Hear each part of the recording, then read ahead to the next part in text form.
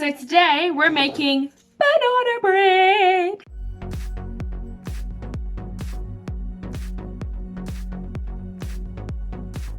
Hi everyone, welcome back to my channel. If you're new here, welcome to my channel.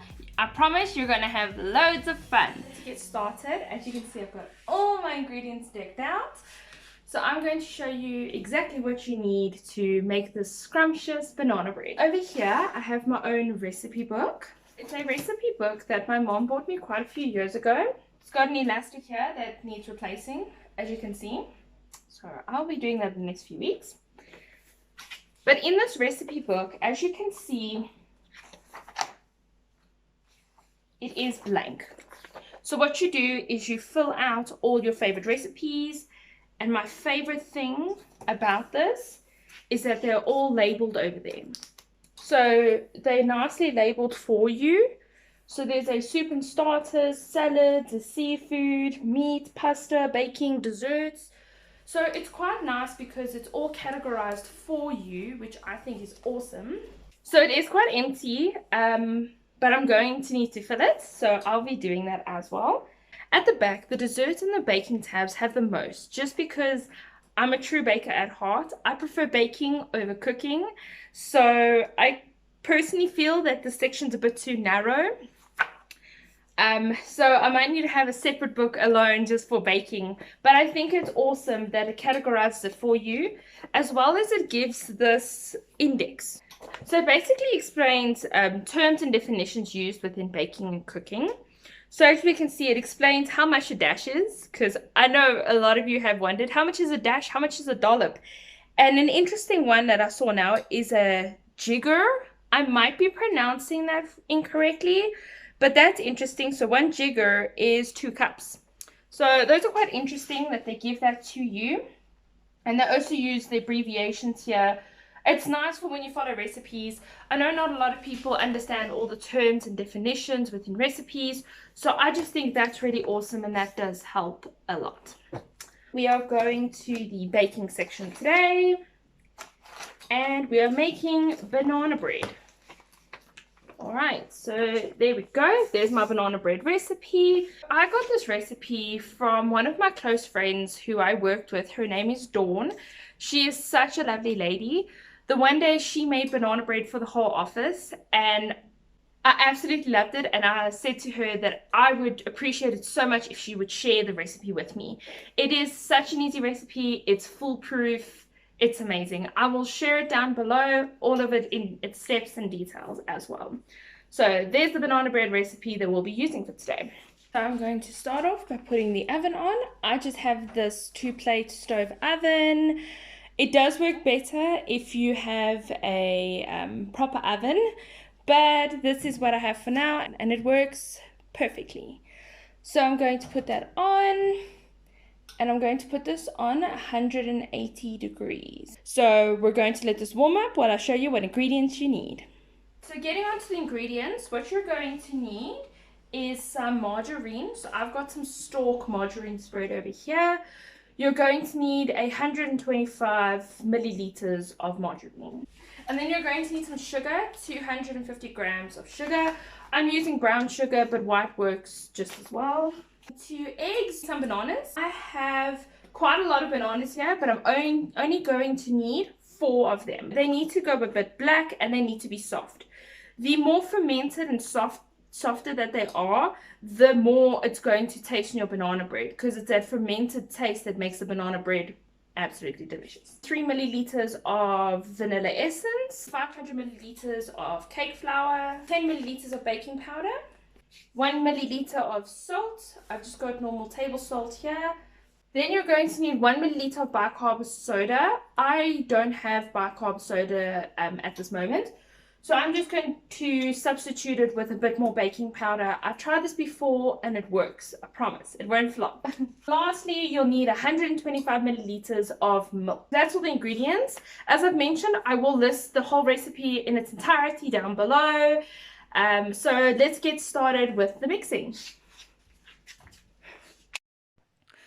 Alright, so the first thing we're going to do is we're going to grease our pans. I have 2 normal sized loaf pans over here. So I'm going to be greasing them with margarine. I just find when I make bread, it just comes out better because the spray and cook tends to stick at times. One of my favorite tricks is to take some of this parchment or wax paper. We're going to use this to smear the butter all over the tin. Right, so I'm going to take some margarine out there.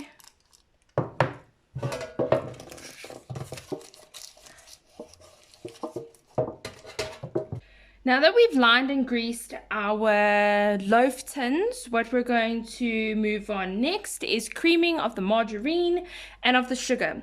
So I'm using my Kenwood Chef over here. It's one of the older Kenwood Chef models. I inherited this Kenwood Chef from my dear friend Keith, who passed away from cancer 2 years ago. He knows my love for baking, and when he passed away, he gave me this awesome Kenwood Chef, and I've loved every second of it. There's nothing that mixes better than a Kenwood Chef. It was perfect because when I moved out, I didn't have my own mixer, so I now have not just a mixer, the mixer. So just from the bottom of my heart, I just want to thank him for this awesome and amazing gift that he gave me. Alright, so I'm just going to scoop some of this margarine out of here.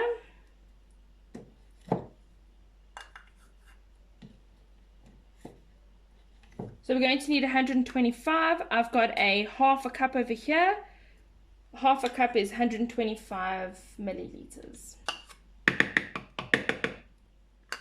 One trick that I always do with baking is I have a small plate and I put all the dirty dishes onto that plate just to make sure that my counter space is free and open and that it's not messy, and all the dirty dishes are in one space. And then I'm going to use my cup. This is a cup.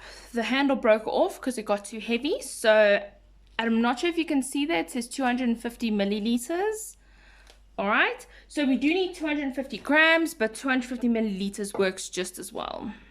And again, just making sure that that's all level. Awesome. All right, so I'm going to be making use of this tool over here. It's specifically a Kenwood Chef tool, as you can see the K over there. But you're welcome to use a whisk or a wooden spoon. Those work perfectly as well.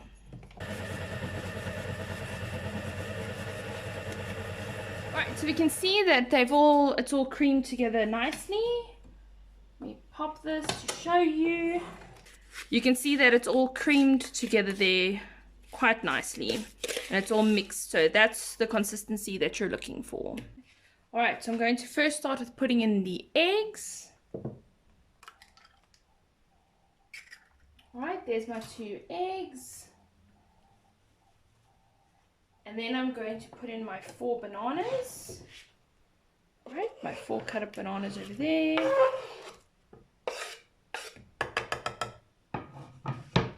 So the vanilla is 3 milliliters. I'm going to be making use of this teaspoon. Alright, it is 5 milliliters, so I'm just going to not do it to the brim.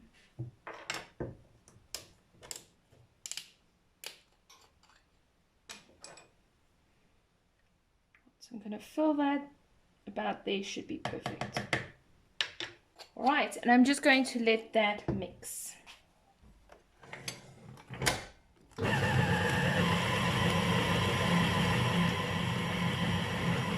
Now we're going to be putting in the dry ingredients, which includes the flour, baking powder, salt, and bicarbonate of soda. So I'm going to start with the flour. You will need 500 milliliters of flour, so that is 2 cups.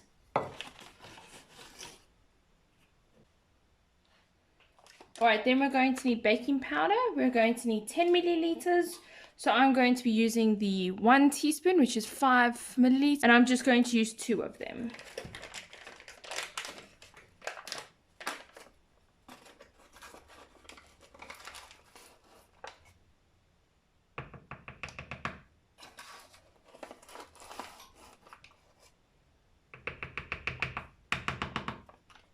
And I'm just going to add a little bit extra for that 1 milliliter of bicarb. Alright, 1 milliliter of salt. So I'm just going to fill a little bit of this. It's not that much. That should be fine. All right, so let's get that all mixed up. So I just realized that I was being a silly Billy. You're supposed to add the dry ingredients and the milk alternating to the mixture, not all the dry ingredients at once. So I do apologize for that in my video.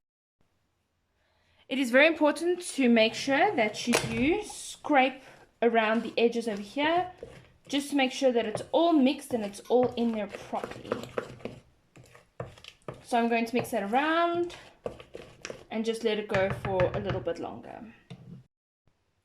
All right, so now we've got that whole mixture in there. What I'm going to do is I'm going to use a spoon and just pour this into the tins.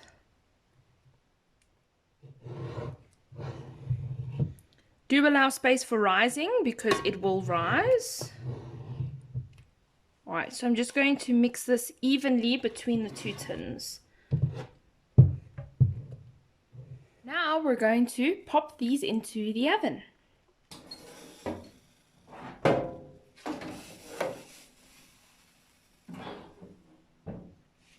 All right, and we're going to leave them for an hour. So I'll see you guys back in an hour. All right, so it's been an hour since they've been in, so let's go and check them.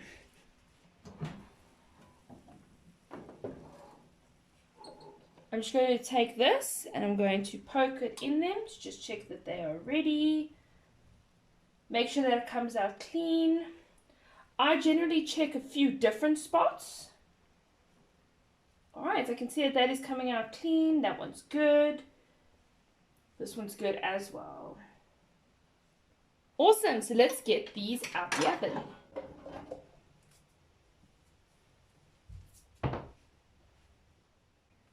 All right, so there's the bread, as we can see there.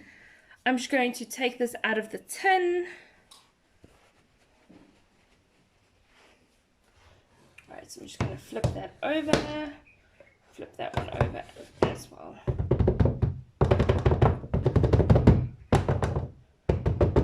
I like to just give them a little bang, just to make sure that they have loosened. Right, so there's the one, there's the other. See how yummy those look? They're very, very hot. So there's the two of them. I'm just going to cut a slice just so you guys can see how they look on the inside. All right.